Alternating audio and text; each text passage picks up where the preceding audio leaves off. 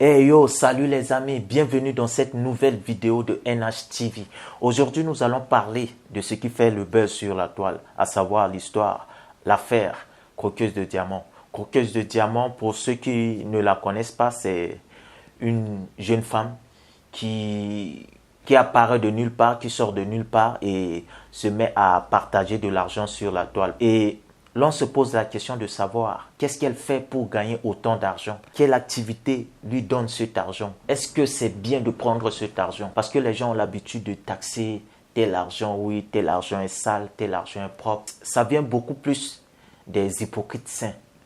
C'est comme ça que j'aime les appeler, les hypocrites saints. N'oubliez pas de partager cette vidéo. N'oubliez pas de liker, de commenter. Donnez votre avis en commentaire. Est-ce que c'est bien de prendre cet argent? Moi, je vous dis clair et net. Si Croqueuse de Diamants apparaît devant moi et qu'elle me donne cet argent, je vais prendre. Je ne dirai pas que c'est de l'argent sale. Pourquoi je ne dis pas que c'est l'argent sale? Parce que je crois à un Dieu. Et ce Dieu a dit dans Agé 2, le verset 8, il a dit ceci. L'or et l'argent m'appartiennent. C'est-à-dire que l'argent appartient à Dieu. Je vais vous faire lire le passage de Agé 2.8. Il est écrit, l'argent est à moi. L'or est à moi, dit l'Éternel des armées.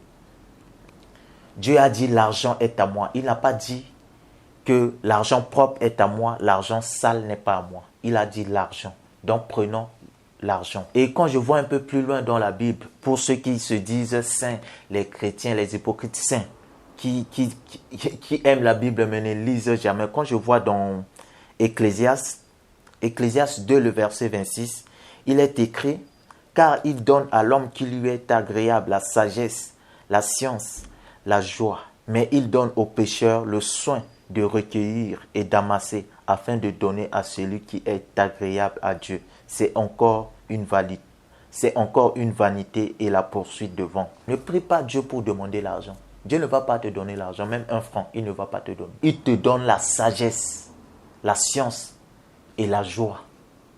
C'est ce que Dieu te donne. Dieu ne te donne pas l'argent. C'est à toi d'utiliser maintenant cette sagesse, d'utiliser cette science et cette joie pour pouvoir prendre ce qui te revient de toi. Ce qui te revient de toi, c'est quoi? Ce qu'il a donné aux pécheurs. Il a dit qu'il a donné aux pécheurs le soin d'amasser, de recueillir, afin de donner à celui qui lui est agréable. Donc à toi, toi le chrétien, tu es censé prendre ton argent dans la main des pécheurs. Dieu ne te donne pas l'argent. Et quand nous voyons l'histoire de Jésus, les gens sont tellement hypocrites, les gens sont tellement bornés, ils ne cherchent pas à faire des recherches, ils ne cherchent pas la vérité. Or, tout est dans la Bible.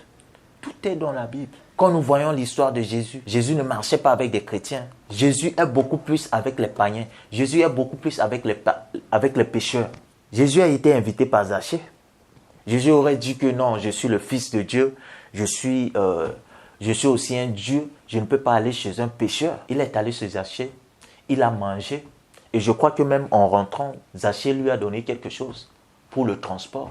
Jésus n'a pas dit que c'est l'argent de vol, je ne mangeais pas ça. Jésus qui est fils de Dieu aurait pu dire ça. Jésus qui est fils de Dieu aurait dû dire que cet argent tu l'as détourné, je ne prends pas. Ou je ne mange pas ce que tu as préparé là, parce que ça vient de l'argent sale. Mais toi, le pauvre chrétien borné là, qui est toujours dans ta bulle, tu te dis que non, je suis trop saint, je ne me mélange pas. Restons sur l'argent. Est-ce que vous savez que Jésus avait un trésorier? Jésus avait un trésorier qui s'appelait Judas Iscariote. Donc, c'est-à-dire, Jésus percevait de l'argent. Jésus avait de l'argent à gérer. C'est pour cela qu'il avait un trésorier. Cet argent ne venait pas des chrétiens. Détrompez-vous. Et il n'y a aucun passage dans la Bible qui montre que Jésus a fait un miracle pour sortir l'argent. Non. Cet argent provenait des dons qu'il recevait de ses païens, de ses pécheurs, qui étaient gérés par Judas. Sachez que les chrétiens sont les plus hypocrites de nos jours. Ce sont des gens qui ne cherchent pas la connaissance. Or, Dieu n'est pas bête de dire que mon peuple périt par faute de connaissance. Parce que ces chrétiens, je ne dis pas tous les chrétiens,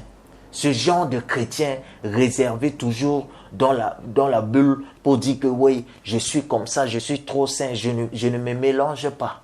L'argent n'est pas sale.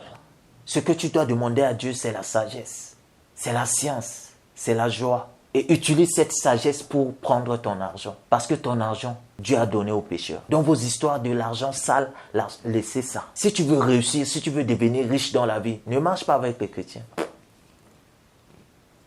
Ne marche pas avec les chrétiens. Tu perds ton temps pour rien, tu vas t'appauvrir plus. Même Jésus, en choisissant ses disciples, il n'est pas allé dans une église pour choisir les chrétiens. Il a appelé Pierre. Toi, viens. Il était pécheur. Et tous les disciples de Jésus avaient une activité. Donc Jésus réfléchit. Jésus n'est pas bête. Jésus ne dit pas que je suis enfant de Dieu. Non, il a appelé les pécheurs. Jésus n'est pas parti dans une église ou dans une cathédrale pour appeler tel diacre, tel pasteur, telle personne me suit. Non.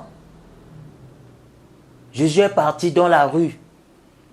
Il est parti au bord de la mer pour appeler des pécheurs, des gens qui passent leur temps à pécher. Prenons un exemple tout simple. Lance-toi dans une activité. Pas par exemple à l'église. Essaie de donner du genre livrer tes frères chrétiens pour qu'ils te payent l'argent après. Tu vas voir. Tu vas tomber. Et c'est ces chrétiens qui vont te faire tomber. Parce qu'ils ont toujours des problèmes. Ces chrétiens hypocrites qui traitent l'argent de sale là. Ils sont toujours là, pauvres. Ils vont te faire chuter. Parce qu'ils vont tout mettre dans le sentiment pour te prendre. Ouais, ma soeur, ça ne donne pas. Je ne sais pas je ne sais pas ce qui se passe. Oh, le diable est par-ci. Oh, je suis bloqué par là. Oh, nana, tu es ma soeur en Christ. Oh, toi-même, tu vas laisser. Ils vont te faire chuter. Or, quand tu pars chez quelqu'un qui travaille, qui n'est pas chrétien, la personne prend ton truc, te donne ton argent. Clair, tu quittes derrière les problèmes. Ne marche pas avec les chrétiens. Surtout les chrétiens façonnés par le colonisateur. Il est trop bête. Les hypocrites saints là, ils sont trop bêtes. Ils diabolisent l'argent. Quand tu as trop l'argent là, non, tu fais les mauvaises choses.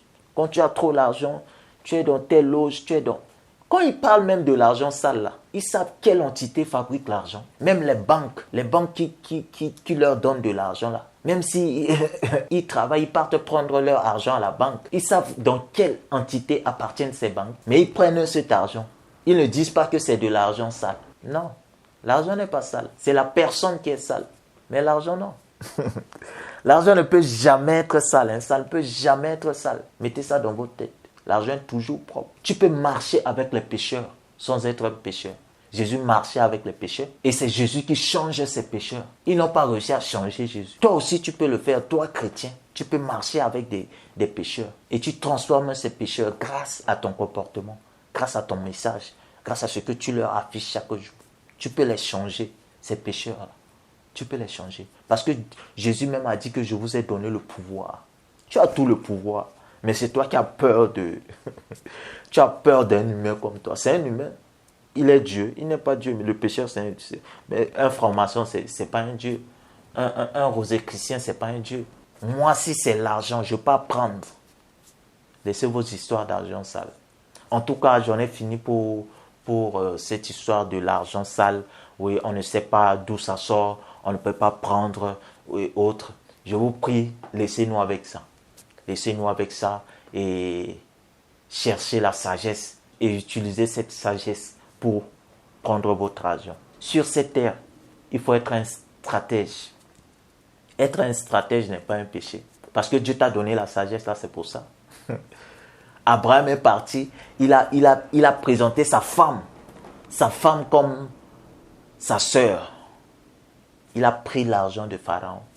On peut dire que oui, c'est pour sa sécurité. Mais si c'est pour sa sécurité, en partant, il devait laisser les biens que Pharaon lui a donnés. Puisque Pharaon n'est pas de Dieu, il aurait dû dire que non, cet argent c'est sale, je ne prends pas. Mais en partant, il a balayé tout ça. Toute richesse que Pharaon lui a donnée. Il a pris sa femme, il est parti. Pourquoi il n'a pas laissé cet argent? Réfléchissez.